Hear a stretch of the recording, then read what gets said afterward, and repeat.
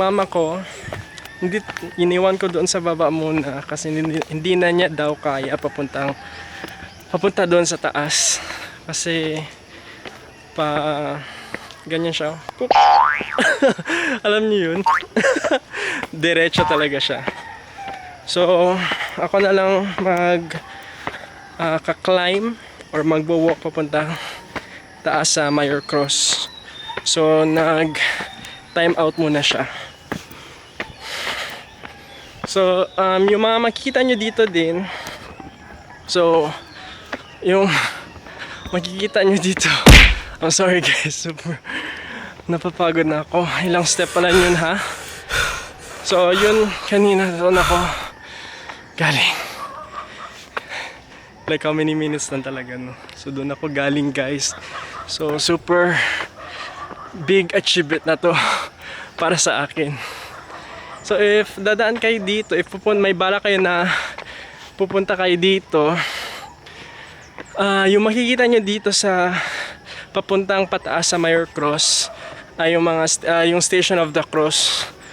So ito yung mga isa sa mga Station of the Cross na meron na nakalagay dito. So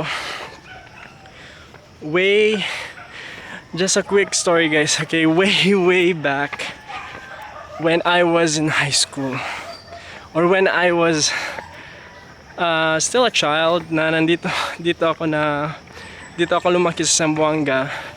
So every time na malapit na yung Holy Week, Holy Thursday or either Good Friday, pumunta kami dito ng family ko at nilalakaran namin dito from there to our home all the way up to the Mayor Cross. So yun yung tradisyon dito sa Zamboanga. If nagre-repent ka, if for sacrifice na din, if devoto ka talaga dito sa Mayor Cross kay Jesus, kay Papa Jesus o kay God. So yun, pupunta kayo dito pag Roman Catholic kayo, or if Christian kayo, any religion is welcome naman if nagbe-believe kayo kay God or yung highest power or highest being na nag-exist dito sa world. So yun, yung pumupunta kami dito, after that, after namin nilakaran diretso papunta talaga sa taas, magre-rest muna kami. So especially night time, super nice talaga dito, or daytime okay din basta wala pang araw. So okay talaga dito. So look at that view guys, super nice, right? So may-breathe ka talaga. You can really breathe fresh air talaga dito sa taas. At super tahimik talaga dito. Hindi ka masa-stress, hindi ka ma-distract kasi super quiet talaga siya. So only the birds, the chirping of the birds, yun lang yung maririnig nyo dito. Yung birds talaga. Sorry. So yung mga ibon na talaga marinig nyo, ang mga cricket. So yun. So that's why it's perfect for people who wants to spend time alone.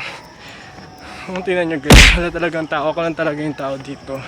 So yung last house na meron dito papunta sa entrance ay yung kung saan yung mama ko na nagsistay, kung saan siya nagkitambay muna. So bumili muna siya ng tubig, uminom siya obviously guys. So naginom muna siya ng tubig kasi hindi na talaga niya kaya yung papunta dito sa taas. Tingnan nyo. So galing ako doon Doon. Yun. Sorry, exage lang. OA lang. Ha, akala ko last na. Hindi pa pala. Meron pa pala pataas.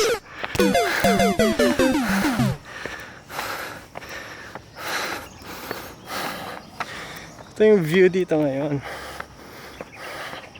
Ito yung pulang bato. I don't know if ito yung pulang bato o yung isa mountain doon. Ito yung isa sa mga station of the cross.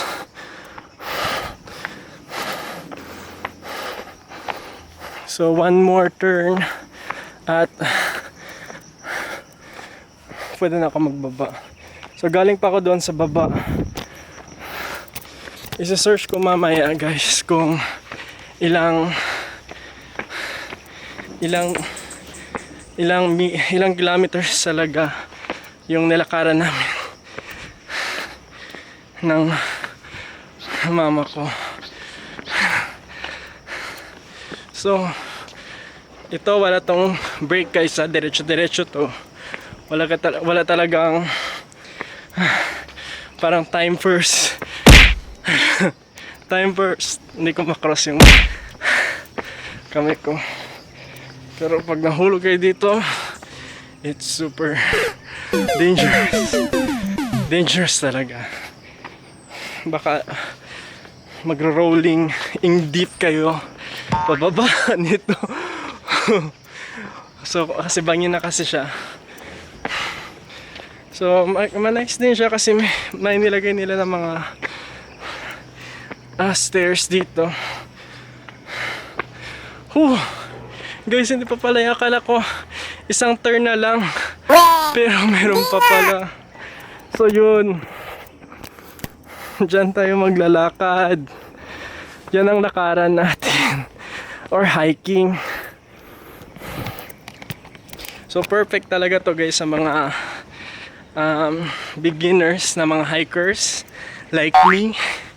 So I really like or love walking kasi whenever na naglalakad ako or nag-jogging ako, parang peaceful talaga yung mind ko at nakapag-iisip din ako ng mga next plan ko, kung anong gagawin ko, kung paano ko i-achieve yun.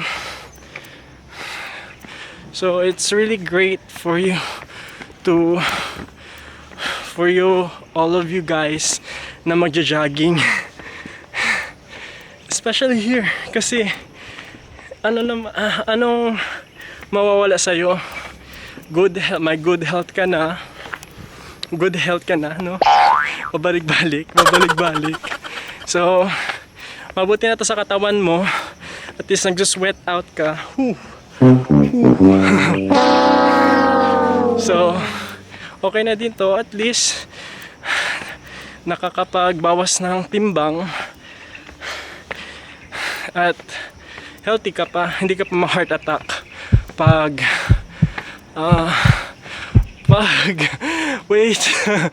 pag maging tigulang na ka. So Bisaya dira, dakog Bisaya bi ako, dakog walay kabalo. Now I'm still learning pa guys sa Bisaya. So kung nastay sa mga Zamboangueño, kung kaya ka mo vieja or viejo, at least healthy pa syempre ka mo, pati pa ka mo syempre. Sorry guys, siya bulo din milaway. I'm sorry. So at least healthy pa ka mo, pwede pa ka mo kami na paari masking vieja ka mo, right? Okay. So finally nandito na ako sa taas.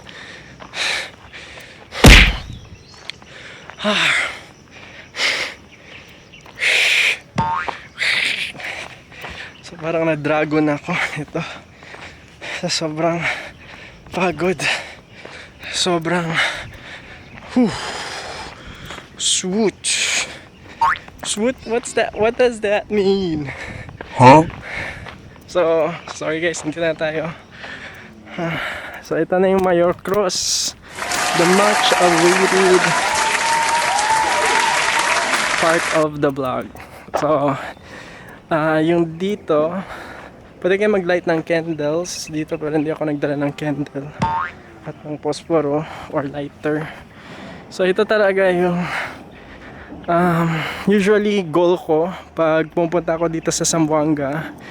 I really love to go here, all the way up here, kasi super nice, fresh air pa, may makita nyo pa yung mga greens, yung mga flora and fauna dito, coconuts, ipil-ipil, maraming ipil-ipil at mga puno, mangoes. So ito yung perfect place guys if gusto nyo mag-hike, gusto nyo maglakad, or gusto nyo mag-exercise lang. Kasi super affordable na, kasi ang the only charge lang dito, yung expenses nyo lang po, yung expenses nyo lang po ay only the pamasahe guys, yung pliti lang. So bayad ng kapliti na nakadiri. Buang na. Basta kung magpunta kayo dito guys, super worth it talaga guys if gusto nyo mag hiking and see mountains and water, not waterfalls guys, pero river. So yun, so ito na yun. So I finally made it to the top. My mom is still down the hill. So enjoy ko muna yung view guys, the beauty of nature dito. Mag 360 ako guys ha. Oh, nahilo na ako. So I'll see you in a bit. Okay? Nag-loading. Bye.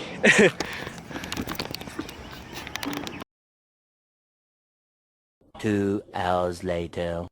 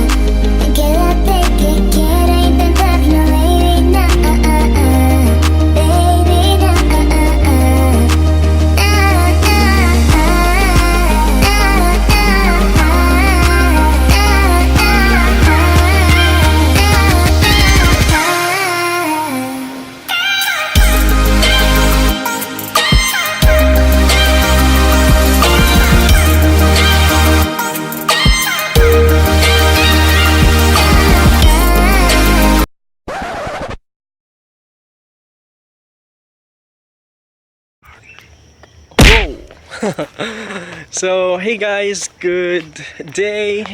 Time check, it's already 9:05. Galing na ako doon sa taas, all the way up there, over here with the sad.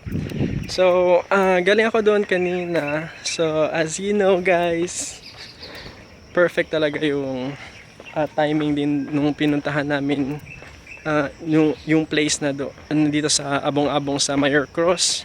Super peaceful, fresh air, cold breeze. So what more can you ask for guys if you want to be with nature?